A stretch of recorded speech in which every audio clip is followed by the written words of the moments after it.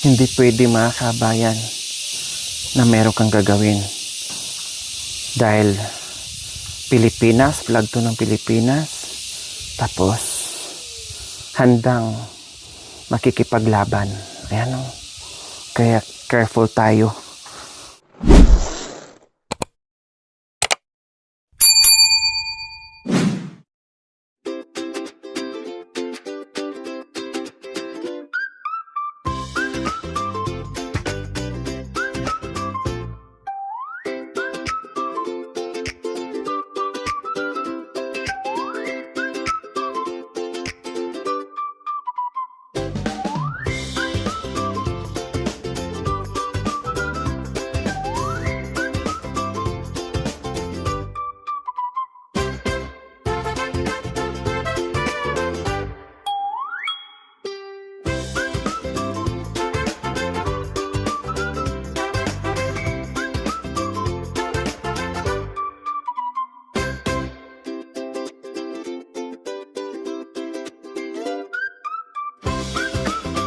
A few moments later.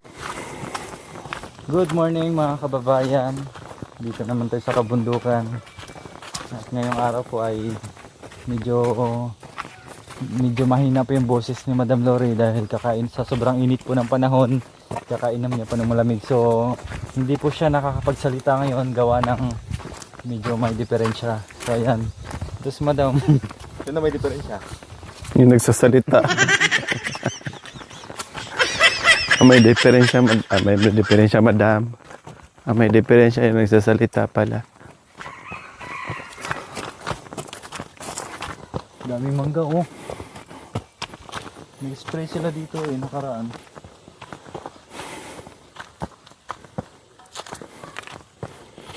Sakit na naman tong ano ko mamaya. Kaya la?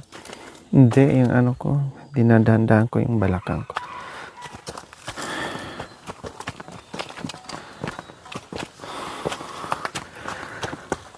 Yes, magandang umaga po sa ating lahat, mga kababayan. Muling pagbabalik sa inyong kagustuhan at na-miss na nating lahat inyong mga request. Sige, nandito tayo muli. Umakyat sa kabundukan kahit sobrang sakit ng sciatica ko mga kabayan. Sana ay hindi sumpungin dahil kagabi mga kabayan talagang pinatong-patong ko ang maraming unan. Kailangan hindi rin ako nakatulog ng bongga mga kabayan kasi mahirap yung posisyon ko mga kabayan na isang posisyon na talaga buong magdamag para lang talaga ipatong ko yung ano ko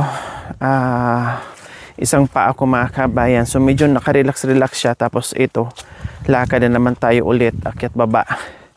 Kaya nandito tayo muli. Napaka ano ngayon, iba last time mga kabayan na di ba pumunta tayo dito, akala mo ay mga kalbo ang kabundukan. Ibang ano ngayon, aura na kahit paano ay naramdaman na natin na medyo lumamig ng konti ang kabundukan ngayon kasi nakatikim na sila ng ulan. Yes. Kaya napansin nyo po dati, akala mo mga sinunog talaga yung iba. Tapos mga laya, no, na matay lahat ng mga damo. Pero ngayon mga kabayan, nakita niyo po ang mga bundok ay nabuhay muli ang mga damo. Kaya Diyos ko mga kabayan, ang sarap na naman maglakbay kapag ganito ang nakikita natin mga kabayan, na green na naman. O diba? Lalo na siguro mga kabayan kung ulanin to ng ulanin, nakabungga. O saan ako ngayon pupunta? Saan po ako ngayon pupunta mga kabayan? Please, comment nyo naman. Sige nga. Yung hindi makakalimutin. Yung nakakatanda sa daan na ito. Saan ang tungo ko ngayon? Nako, very good talaga ang nakakatanda mga kabayan. Very good talaga. kung ang mag-comment dyan kung saan kami ngayon tutungo. And maganda yung ano ngayon, yung panahon. Hindi, walang araw, walang ulan, makulimlim lang siya, ganun lang. At medyo malamig ang simoy ng hangin. Ang tanong, nandyan kaya ang ating pupuntahan? Hindi na ako nagdala ng bag, mga kabayan, iniwan ko na.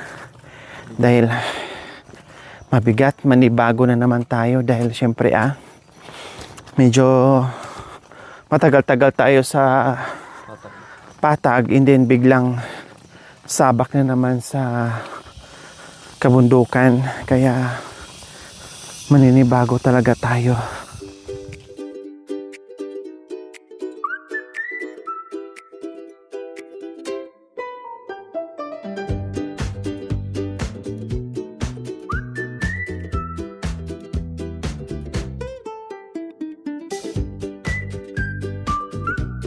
Yes, nakikita nyo po, tama po kayo, papunta tayo ngayon kay Tatay Romy. Yes po mga kabayan, ang dami nag-message, kumusta na si Tatay Romy? Okay lang po siya, nandiyan pa din. At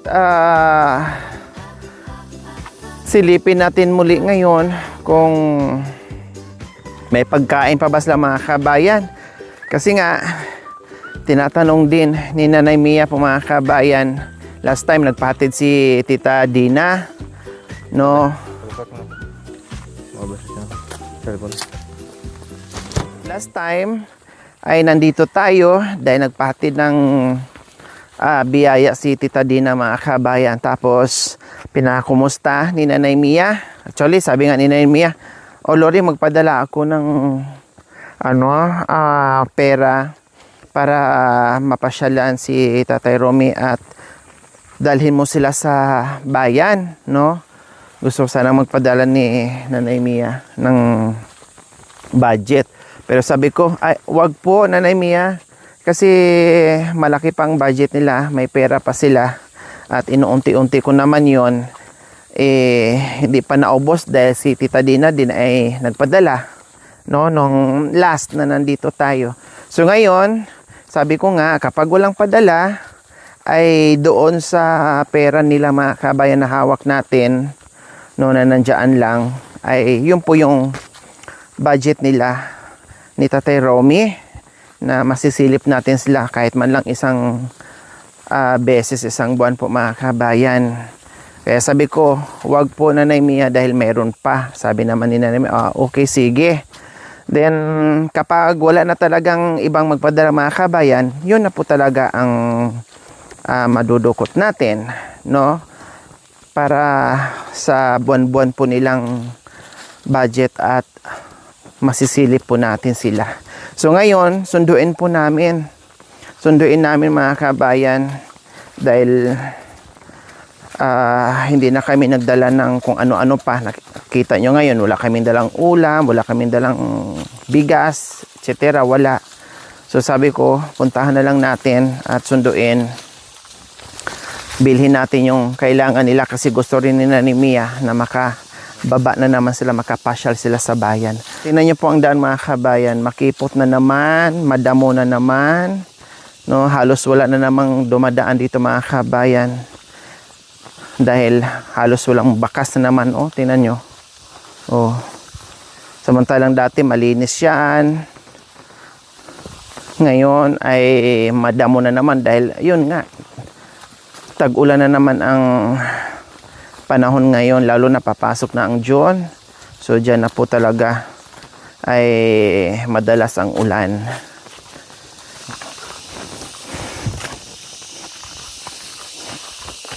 Dito, alam nyo po mga kabayan, dito sa bundok, yes, mainit din kung mainit. Pero yung init niya dito ay iba kaysa sa patag. Ang patag talaga as in Parang nasa tabi ka ng bonfire mga kabayan na talagang napakainit. Pero dito, kahit pa paano, ay okay siya. Lalo na ganito, katulad niyan, may lilim. Fresh air, makalanghap ka kaagad ng sariwang hangin, saka medyo malamig ang hangin niya. Doon sa bayan, no, may hangin siya, pero iba yung dala ng hangin, mainit-init yung hangin niya mga kabayan. Dito, malamig, na akala mo may singaw ng aircon. So, ganyan ang difference mga kabayan sa hangin ng patag at sa hangin ng kabundukan. Meron pa kayang natirang mga groceries na nakaraan na pinahatid ni Tita Dina? Kasi, di ba, nakita natin ay may mga sobra pa namang bigas, hindi naman totally empty. Tapos groceries, then nadagdagan ulit. Meron pa kaya? Sa bagay, matipid si Tatay Romy mga kabayan. No, magaling sila mag-budget. Pagdating sa budgeting mga kabayan, magaling. Yun lang, pagdating sa pera na may hawak, yun ang nauubos kaagad. Kahit mayroong mga pagkain, nauubos. Dahil binibili ng hinihingi, binibili ng alak. Kaya ngayon, more on pagkain na lang sila. Wala nang malalaking cash tulad dati na malalaki ang cash mga kabayan, wala na. More on ano na lang, pagkain. Dito, kahit dito mga kabayan, mainit siyang tambayan. Kahit nasa ilalim ng mga puno ng mangga, mainit siya. Pero ngayon, naramdaman mo talaga yung nadaanan na ng ulan. Kumusta kaya yung nila dito, no? Yung Sibol. Saan ba yung daanan ng Sibol? Dito. Dito nga ako dadaan mga kabayan. Titinan ko yung Sibol. Yung natuyuan. Kung meron na ba? Saan? Ay, diyan? Milina.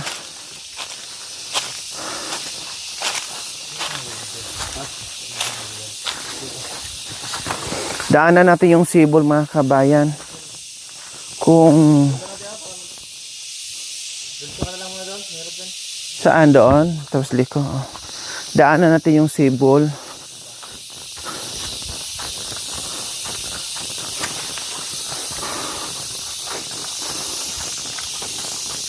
Baka meron ng tubig kasi umulan na. Pero buti na lang kahit paano, yung pinakaibaba doon ay meron kahit ihi ng tao. Kasi lakas ng ihi ng tao mga kabayan, okay pa rin. Dito talaga bumigay. Pero tingnan natin ngayon kasi umulan na ng ilang beses.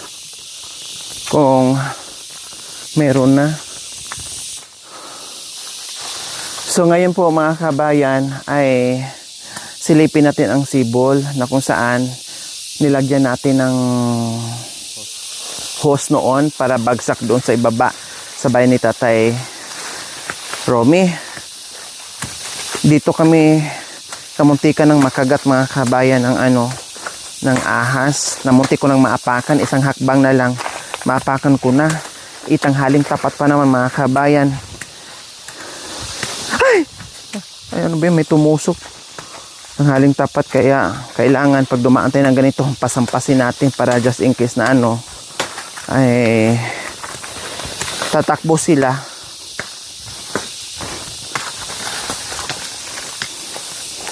Silipin lang natin.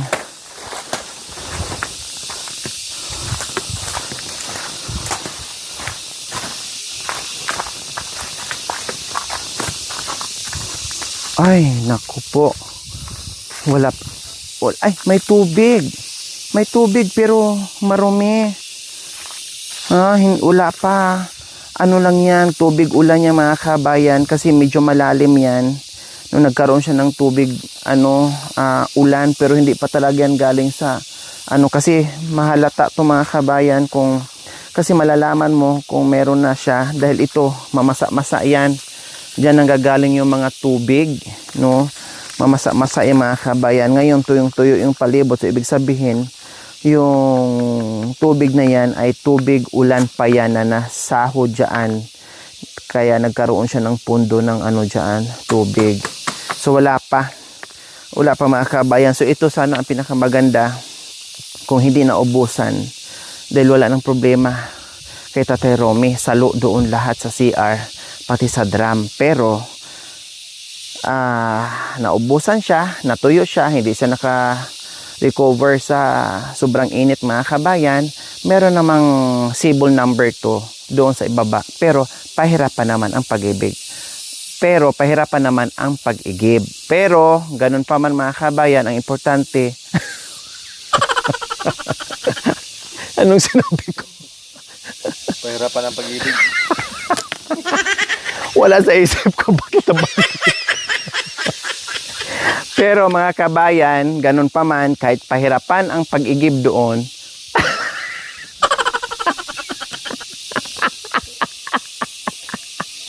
bakit nabanggit ko yun? Nasa isip ko, civil number 2, tapos nabanggit iba.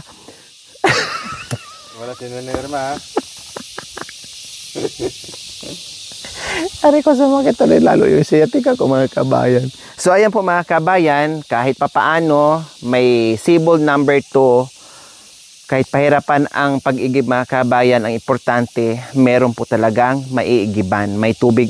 Hindi katulad sa iba mga kabayan na Diyos ko, sa purgatorio pa sila mag-igib mga kabayan. Ganon kahirap.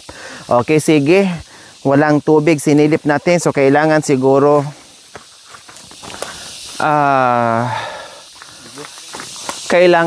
mga kabayan umulan ng bongga. Yung sunod-sunod isang linggong ulan mga kabayan bago magkatubig ulit yung sibol natin dyan.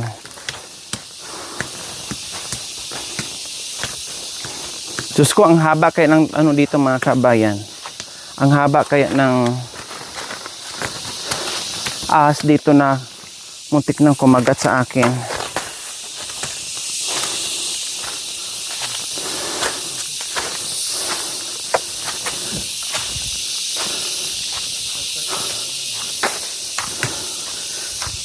Okay, so malapit na tayo kay Tatay Romy.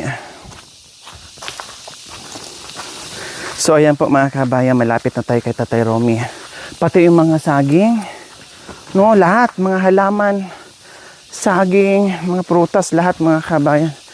Guminhawas lang lahat. Ang sarap tingnan na masaya din ang mga mukha ng mga pananim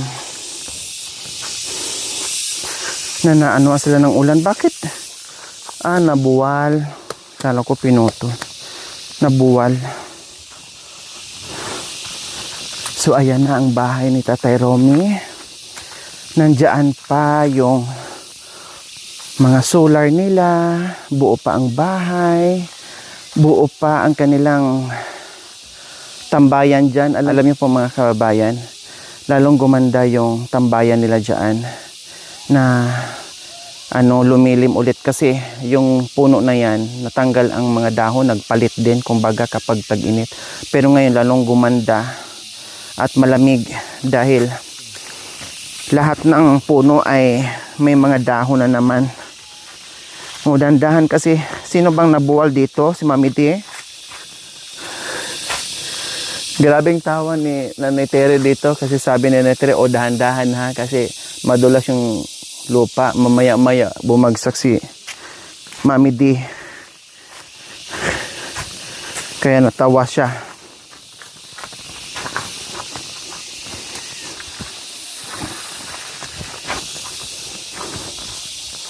Mukhang tahimik na tahimik ang bahay ni Tatay Romy. Ayan tanghaling tapat pero ang sarap tambayan.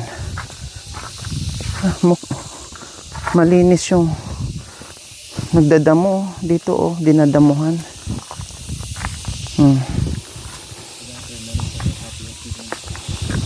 Damuhan yung dinamuhan dito.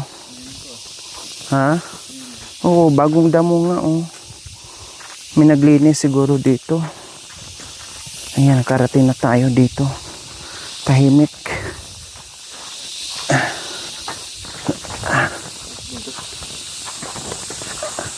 Wala si Bintot. Wala din si Tatay Rome. Pero malinis. Bagong linis mga kabayan, oh. Grabe yung mga bahay na mga kabayan. Doble-doble ang ano. Doble-doble ang mga kandado. Kandado.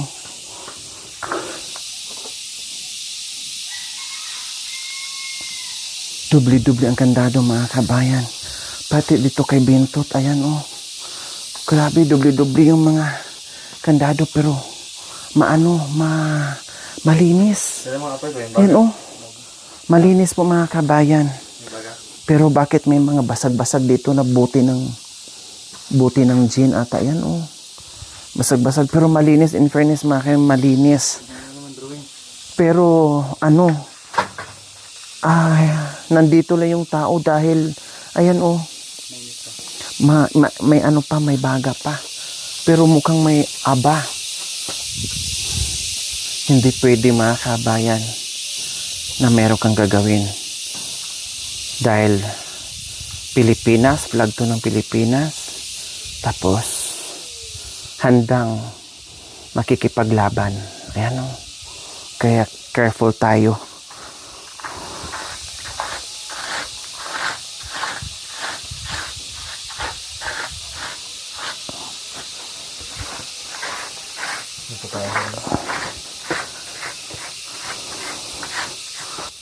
Walang tao mga kabayan. Saan ang mga tao?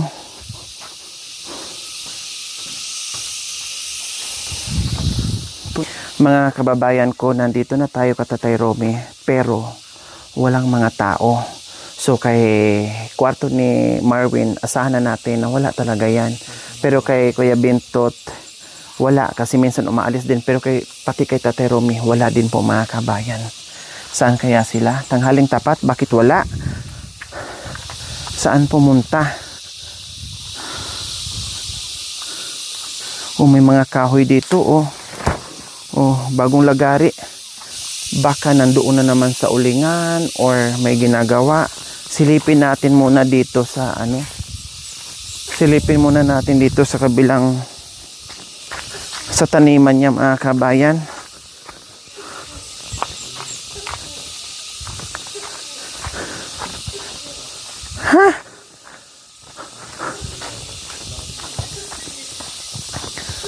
Gagawing ulingan dito mga kabayan. Ayan oh. Oh. Yung sibol dito may imbak na mga kahoy mga kabayan.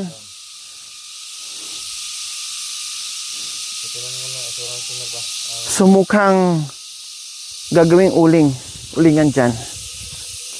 So ayan po mga kababayan, ang ganda ng mga talbos ng kamote ni Tatay Rome dahil nadaanan nga po ng ulan. Pati yung salay, ayan, ang yabong na, umusbong na rin ang mga gab. Wala sila mga kabayan. Wala dito si Tatay Rome. Ayan oh, wala talaga sila. Pero may nagpupunta dito kasi may bakas. May nagpupunta dito. Umuulan nga mga kabayan pero bitak-bitak ang lupa. Ang ganda ng mga talbos sa susko. Ang sarap mga ng talbos mga kabayan. Oh, ang sarap-sarap mga ng talbos. Tapos may balag doon si tatay. Ano kaya yung pananim niya? Yung mga pananim niya mga kabayan nabuhay na rin sa wakas. Ayan oh, naglitawan na rin ang mga pananim. Kahit nabitak-bitak sa lakas ng ulan mga kabayan pero naglitawan na, tumaba ang mga kamuti niya, yung mga patani niya dyan, ayan, mga kardis niya ay kahit papaano ay buhay na buhay. At ang sarap tingnan mga kabayan na nagsilitawan na ang kanyang mga pananim. Pero wala sila dito mga kabayan. Hindi tayo makapag-stay dito ng matagal. Dahil hanapin natin doon sa kabila. Ang dulas. Ayan oh, may dinadaanan, may bakas eh. Mukhang busy sila ngayon mga kabayan. Dahil nag-uuling itong mga ito. Ayan oh, yung sibol ay nilagyan ng mga kahoy. Paano pag, ay kabayo ka. Paano pag umulan? O di nabasa na yung uling nila dahil daanan ang tubig yan. Ay, apo, bakit? Diyan mag-uling, idaanan ng tubig, itag-ulan na ngayon. O, paano na ngayon nga eh? So, wala.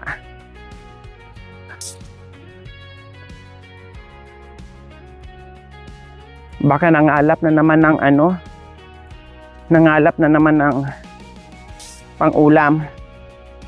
Pagkain nila. Pero hindi tumagal. Kaalis lang siguro kasi kawawalis lang at may baga pa yung dapugan nila.